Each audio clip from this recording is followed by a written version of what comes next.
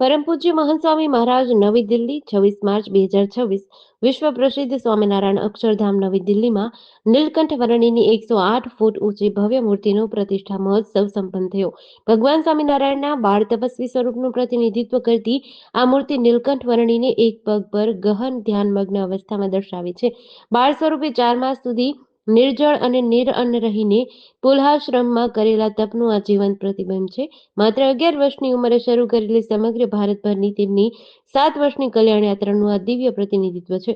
આ મૂર્તિ પ્રતિષ્ઠા મહોત્સવ પરમ પૂજ્ય મહંત સ્વામી મહારાજના માર્ગદર્શન અને પાવન સાનિધ્યમાં શ્રદ્ધા અને ભવ્યતા સાથે યોજાયો હતો. પ્રાતઃકાળથી જ અક્ષરધામ પરિસરમાં ભક્તોની ભીડ જોવા મળી હતી. ત્યારે સવારે 6 વાગ્યે નીલકંઠ વર્ણિની પ્રતિષ્ઠાના પવિત્ર વિધિઓનો શુભારંભ થયો હતો.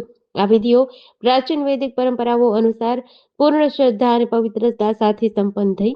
ભારત તેમજ વિશ્વના વિવિધ દેશોમાંથી પધારેલા 300 સંતોએ આ પ્રસંગને પોતાની દિવ્ય ઉપસ્થિતિથી પાવન બનાવ્યો હતો. 108 ફૂટ ઊંચી આ મૂર્તિ શ્રદ્ધા, સંયમ અને આધ્યાત્મિક સાધનાનું શક્તિશાળી સ્વરૂપ છે. નીલકંઠ વર્ણિની બાળાવસ્થામાં સમગ્ર ભારતભરમાં કરેલી તપસ્વી યાત્રા આજે પણ લાખો લોકોને ત્યાગ, નિર્ભયતા અને ભક્તિના આદર્શો માટે પ્રેરિત કરે છે. ભવ્ય ઉજવણી અને ભક્તોની સહભાગિતા 25 અને 26 માર્ચે યોજાયેલા આ મહોત્સવમાં વિવિધ ધાર્મિક કાર્યક્રમો યોજાયા, જેમાં યજ્ઞ, સભાઓ અને મૂર્તિ પ્રતિષ્ઠા સમારોહ મુખ્ય રહ્યા.